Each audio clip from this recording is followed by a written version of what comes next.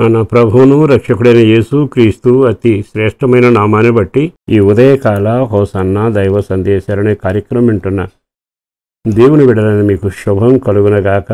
అందరికీ హృదయపూర్వక వందనాలు. ఈ ఉదయకాలం మనమంతా మన దేవుని జ్ఞాపకం చేసుకుని ఆరాధన చేసుకోబోతున్నాం. పరిశుద్ధులతో కలిసి ఆరాధన, దేవుని సన్నిధిలో మహిమకరమైన ఆరాధన చేయటానికి మనమంతా సిద్ధపడుతున్నాం. ఈరోజు ఆయన నీతో చెప్పే మాట ఏమిటో తెలుసా? మీరు నన్ను కలవడానికి వస్తున్నారు, ఆరాధించడానికి వస్తున్నారు, ఆదివారపు ఆరాధనలో పాలు పొందుతున్నారు. నేను నా సన్నిధిని మీకు తోడుగా పంపెదను. ఎంత చక్కని మాట అండి. నిర్గమాకాండం 33వ అధ్యాయము 14వ వాక్యంలో ఇలాగ రాయబడింది, నా సన్నిధి నీకు తోడుగా వచ్చును. బాగుంది కదా? దేవుని సన్నిధి మనకు తోడుగా రావటం ఎంత దీవెన. అలనాడు లక్షల మంది నడిపించిన నాయకుడైన మోషే దేవుణ్ణి అడిగింది కూడా నీవు మాతో రావాలనేగా. ఆయన సన్నిధి కానీ, ఆయన వెలుగు కానీ, ఆయన దోత కానీ మనతో వస్తే అసలు ఆ పరిస్థితులు వేరుగా ఉంటాయిగా. జీవిత సమస్యలు వారమంతా నిలిగిపోతాం, నేమలంతా కుమిలిపోతాం. కానీ మరొక రోజు మన కొరకు తెరవబడినా, అనుగ్రహించబడినా అది దీవెనకరంగా దేవుడు చేస్తాడు.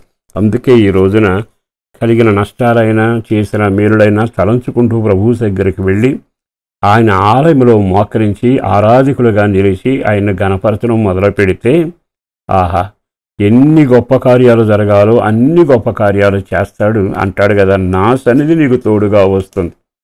ఆయన సన్నిధి వచ్చింది అనుకోండి, మహిమ వచ్చినట్టేగా, ఆయన వాక్కు వచ్చినట్టేగా, ఆయన కృప వచ్చినట్టేగా, ఆయన సమస్తమైన మేలులు మన వెనకొచ్చినట్టేగా, ఆయన వెలుగు మన వెనక్కి వస్తుంది కదా. ఆ తర్వాత జరిగేదేమిటి?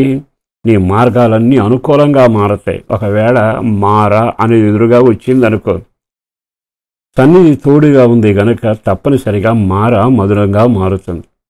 ఆటంకపరిచే ఎరుకోలే వచ్చాయి అనుకో, నువ్వేం కంగారు పడనక్కర్లేదుగా. దేవుని మహిమ సన్నిధి నీతో ఉంటే వాటిని అధిగమించి ప్రభు నిన్ను తీసుకుని వెడతాడుగా. ఆయన ఆ పని చేస్తాడు. నీ భవిష్యత్తు దీవెనకరంగా ఉండబోతావు. ఇంకా కొంచెం ముందుకు వెళ్ళావనుకో, అయ్యో లేకపోయిందే, సమృద్ధి కలకపోయిందే, కన్నీళ్ళే మిగిలిపోయాయే, తాగటానికి లేవు, తినడానికి లేదు, తృప్తి కలగటం లేదు అని అనుకుంటావు కదా. ఆయన అంటాడు, నా సన్నిధి నీతో ఉంది గనక బండ ద్వారానైనా నీ అవసరాలు తీరుస్తాను. ఎంత చక్కని మాట అండి. బండ ద్వారా కూడా అవసరాలు తీర్చగలిగిన వాడు ఆ బండ వేసే కదా.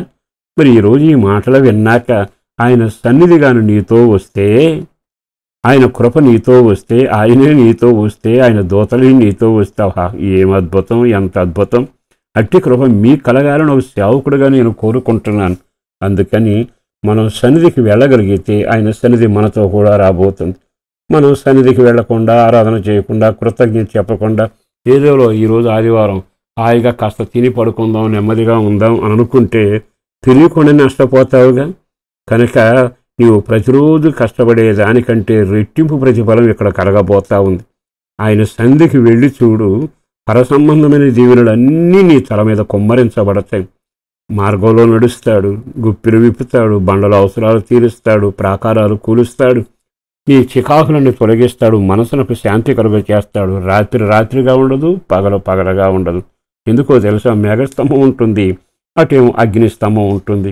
ఇక నీ పైన దీవెనకరంగా ఉంటుందిగా. సేవకుడుగా బ్రతిమలాడుతూ మీ అందరికీ నేను చెప్పగలిగిన మాట, మీరు సన్నిధిలో అడుగు పెట్టండి, ఆయన సన్నిధిలో మీ పాదాలు మోపండి, చేతులెత్తి ఆరాధన చేయండి, దేవుని వాక్కును వినండి, ఆయన సన్నిధిని అనుభవించండి. ఆ కాంతి మీ మీద పడుతుంది. ఆ సన్నిధి మీకు తోడుగా వచ్చి బిడ్డా పాపతో సాగిబెడుతున్న మీ మనుగడంతా ఓ దీవెనకరంగా దేవుడు చేసి మహిమ పొందునుగాక. పరిశుద్ధుడును ప్రేమామడి నా ప్రభు వందనాలయ. బిడ్డలను దీవించండి. ఆరాధికులుగా ప్రజలు నీ దగ్గరకు వస్తున్నారు. ఆరాధనలో నీ వారిని దర్శించండి, నీ సన్నిధి తోడుగా ఉంచండి. ప్రతి కలవరాలు, వేదనలు తొలగించండి, ప్రశాంతతను కలుగ చేయండి, సమృద్ధి చేత నడిపించండి. కుటుంబంలో ఉన్న బిడ్డలందరూ ఐక్యత, ఆనందాన్ని అనుభవించాలి, సమృద్ధి చేత నింపబడాలి, ప్రార్థనలో ఎదగాలి, రక్షణలో నిలవాలి, కృపలో సాగాలి. అట్టి కార్యాలు చేసి నడిపించి దీవించి మేలు చేయమని యేసు పేరట వేడుతున్నాము తండ్రి. ఆమేన్.